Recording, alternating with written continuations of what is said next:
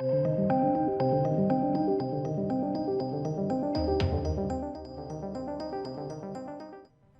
ladies and gentlemen, welcome to a quick video on Amber Heard and how the trial was going, and my main thoughts around how I think Elaine Bredehoft and Rottenborn have sort of positioned themselves in this trial.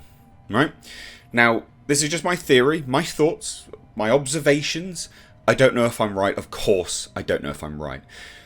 But I'm running this theory based on, you know, the belief, I'm predicating this whole thing on the belief that Elaine Bredehoft and Rottenborn are not completely inept. I know, shocking if you've watched some of the footage, I know. But I also think that even if they are not inept and they are doing this, they haven't banked on, you know, all facets of the outcome.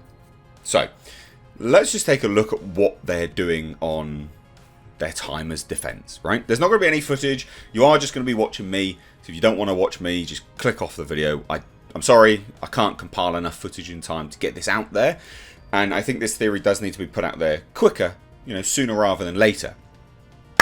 So, today, day 20 has been probably the most revealing, and it's what made me think of this theory.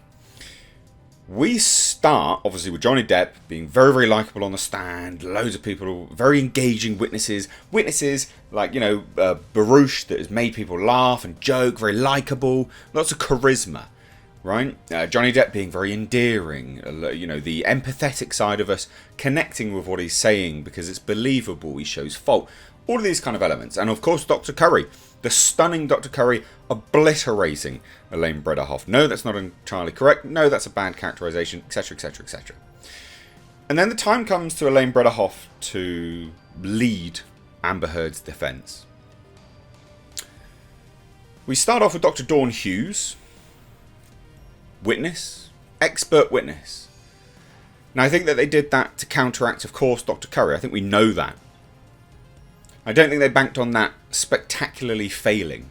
I don't think they banked on the biases being called out of her never testifying for a man being a victim of IPV against a woman. All of these kind of things. I don't think they banked on any of that.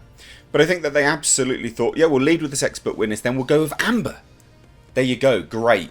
This will hit the ground running.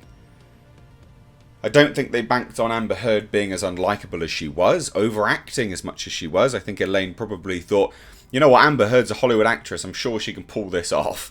I bet you anything that's probably how it went. And obviously we know, because they had that week break, and they came back and it was a completely different Amber. Amber Heard was acting completely differently. We know from what's been said that they'd obviously reviewed footage. It's pretty clear. They even brought up stuff to do with, you know, a guitar. What? Basically backtracking on the testimony. But they start off strong in their eyes. Strong. With Dr. Dawn Hughes, Amber Heard. And then they go into a bunch of really boring video depositions. Now, I've been covering this here on this channel extensively. And I can barely remember the majority of what's been said of those video depositions. Because they're really boring. Now, obviously, Elaine Bredehoft and Rottenborn needed lots of witnesses to come in and back up Amber Heard's testimony. They needed lots of people on their side. They didn't have anyone. They've relied on video depositions from witnesses that are not prepared to testify in person. Now, video depositions are really boring for the jury. Especially these ones. They have been really, really, really boring. Very dull. But they've grouped them all together. And the only things which they've thrown in amongst them have been the odd one or two in-person witness here and there. Like Amber Heard's sister. Now, upon, again, doing this for the coverage and things like that, reviewing all these video depositions, they have actually had inconsistencies amongst them. Inconsistencies between Amber Heard's testimony, the testimonies between each video deposition, and then Amber Heard's sister's testimony. Right? Oh, I hit, they hit me, they hit there, blah, blah, blah. The whole stairs incident was completely different. Who's taking photos was completely different. There's inconsistencies amongst them all, but if you don't hold the jury's attention, they're not going to remember that. So I think this was strategic from Elaine Bredehoft's position. They put them together because they know that there's inconsistencies there. They know this because they've watched the footage. They are the ones that have brought this evidence forward as witnesses. They know that there are inconsistencies here, right? They're not idiots. They do actually know that. And then they end, presumably, on what they think is a strong finisher today, right? They lead with 2 witnesses. Now, we know that there's supposed to be Johnny Depp taking the stand, being called as a witness for Amber Heard. So that's 3 witnesses that they think that they're going to end strong on. First witness, a hand specialist, debunking Johnny Depp's hand testimony. Massive expert witness, spent like 20 minutes talking about all of his credentials. Board certified this, board certified that. But I don't think they quite banked on the fact that he didn't review all the evidence, and that's very easily, debunkable. Looks like an idiot, right? They didn't bank on Camille Vasquez coming in and ripping him a new one. But I think that they absolutely wanted to finish strong. So let's debunk the finger. Let's bring in the next expert witness, a psychologist, to point to him, Johnny Depp, being the perpetrator. All of this drugs and alcohol use that you've heard all throughout this trial, there you go, we're putting it all together. That's why he's the perpetrator.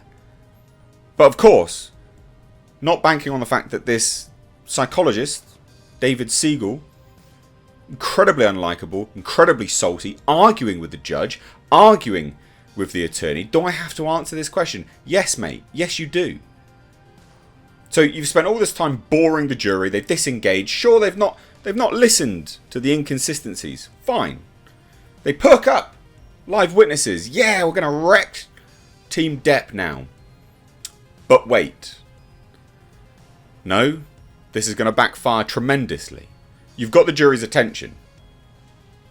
And now they're listening to the inconsistencies being debunked by the supposed debunkers. No, he didn't have his hand flat. Many people have testified the hand wasn't flat. It was over. Is that, an impact? Yes, it is. Right. You can't testify one way or the other that it was from a bottle, can you? No. Well, there you go then. You didn't look at this evidence, did you? There's a bottle smashed there. There's blood on the floor. There's tissue everywhere. You didn't even pay attention to the fact that Amber Heard said a plastic phone was what smashed Johnny Depp's finger into oblivion. So they didn't bank on this, but I do think, in theory, they thought that they were going to end strong.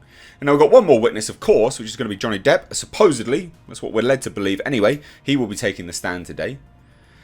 And I think that they're thinking they've got a home run. Because you've got to remember, ladies and gents, no one's going to go into this thinking that what they're doing is dumb. They're going to be thinking, yeah, we're doing as best we can. And I think this is how they've structured it and why they've structured it this way. So just a quick theory video from watching all the footage over these couple of weeks that I have. What do you guys think? Let me know down below. If you're new here, do hit subscribe.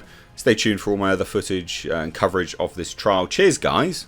Take care.